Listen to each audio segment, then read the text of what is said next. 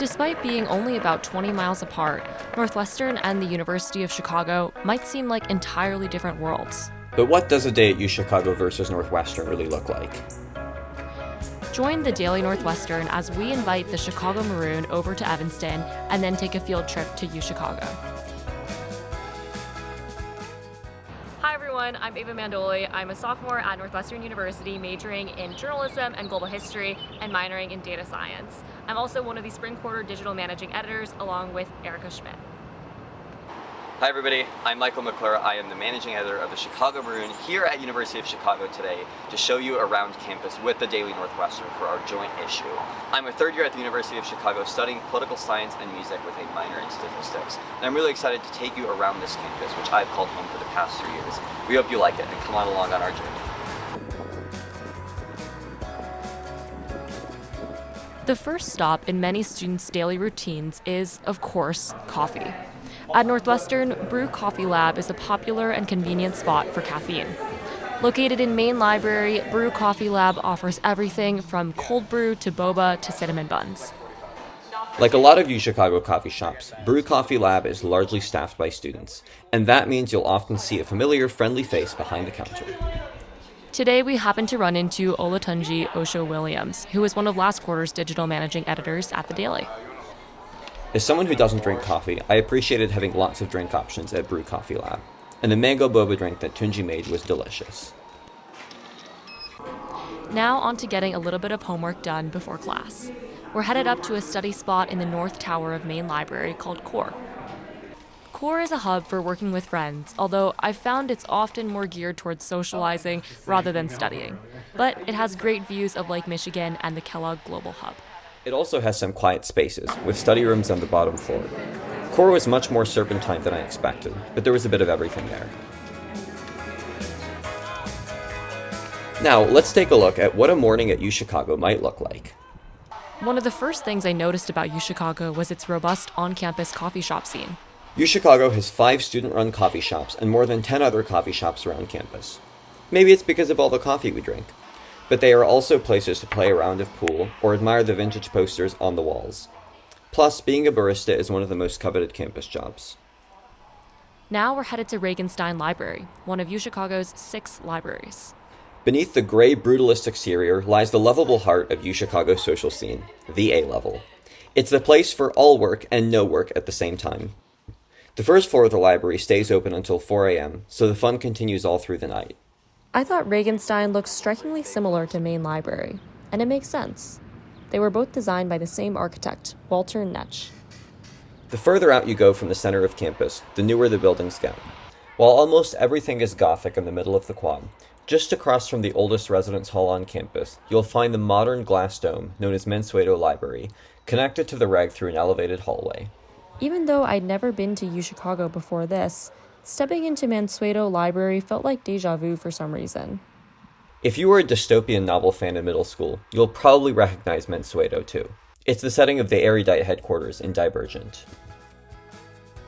Although we don't have any dystopian factions headquarters at Northwestern, we do have what some might call a pretty intense fortress, the Technological Institute. After almost immediately getting lost when I stepped into the building, I understood why Tech Room Finder exists. But I still don't understand how these doors work. Such an unusual design. Tech is home to a lot of our STEM-based classes. More generally, though, academics at Northwestern are split up into 6 undergraduate schools: the Weinberg College of Arts and Sciences, the McCormick School of Engineering, the Medill School of Journalism, the School of Communication, the Beanan School of Music, and the School of Education and Social Policy. While Northwestern has only about 1,000 more undergraduates than UChicago, there are 3 times as many majors. All of UChicago's more than 50 majors are housed under the college, and only our graduate and professional divisions have specialized schools. After finding their way out of the tech labyrinth, any student would be famished. So we decided to hit up Allison Dining Hall for lunch.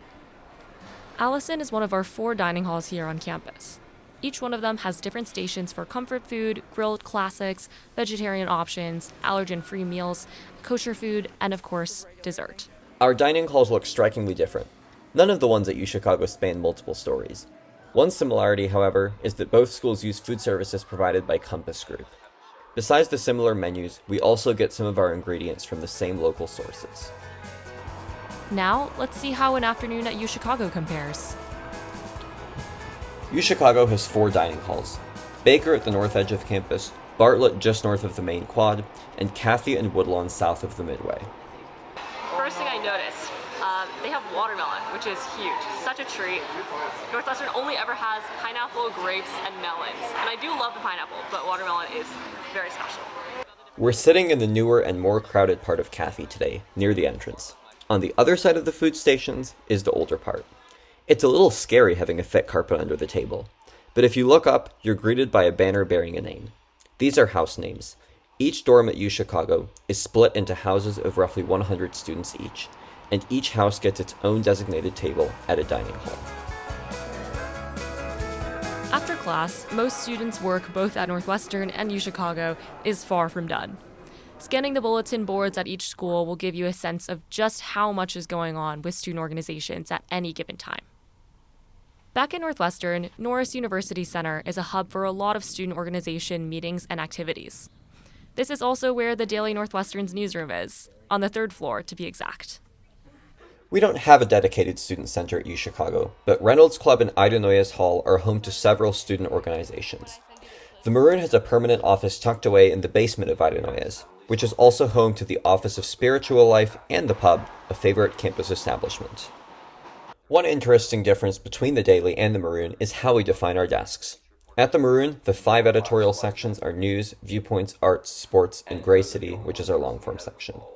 There are also multimedia sections like podcasts, photo, and crossword. Now that we're all done with class, homework, and extracurriculars, it's time for a well-deserved break. At Northwestern, we're taking that break on the Lakeville. The Lakeville is one of the prettiest spots on campus. You can often see the shore bustling with people running, walking their dogs, reading on the grass, hammocking, and having picnics. I loved seeing the Chicago skyline from the other side of the city. Our go-to view of the city is from Promontory Point, located about a mile east of campus. As for other green spaces on campus, UChicago loves its quads. The main quad is our most familiar green space, but we also have lots of hidden gems, smaller quads like Harper Quad to the south or the Gardens just north of the Midway. We saw people playing frisbee, climbing trees, and just basking in the sun. The main quad was a prime people-watching spot, but the smaller gardens were perfect for curling up with a good book. Another significant part of the UChicago environment is the Midway Plaisance, or just Midway to most students. The Midway is a mile-long park that hosted exhibitions for the World's Columbian Exposition in 1893. It's the informal dividing line between North and South Campus, but it also formally separates 2 of Chicago's 77 community areas, Hyde Park to the north and Woodlawn to the south. Surrounding UChicago's campus, Hyde Park has everything from high-rise apartments overlooking the lake to craftsman bungalows on tree-lined streets. On 53rd Street, a couple blocks north of campus, you'll find Hyde Park's commercial district, which students often visit to go shopping or eat out. On the other hand, Evanston is a suburb of Chicago 12 miles north of downtown. Home to about 77,000 people, Evanston contains several retail districts and mostly single-family homes and small apartment complexes. As I walked around Evanston, I noticed that street names were quite unpredictable compared to Hyde Park's numbered roads. The roads in and around Northwestern were laid out in less of a grid and more of an organic structure, which I loved. It was distinctly suburban. For me, I loved the way the UChicago campus created so many enclaves of green spaces in its planned layout. While it can be daunting to leave the university bubble, both of us agree that exploring the areas surrounding our schools and Chicago have been an integral part of our college experiences. So if you're a Northwestern student that's never ventured south of the Loop, or a UChicago student who's never ventured north of it, we hope this video gave you some motivation to make the journey. Thanks for coming along with us for a day in the life at UChicago and Northwestern.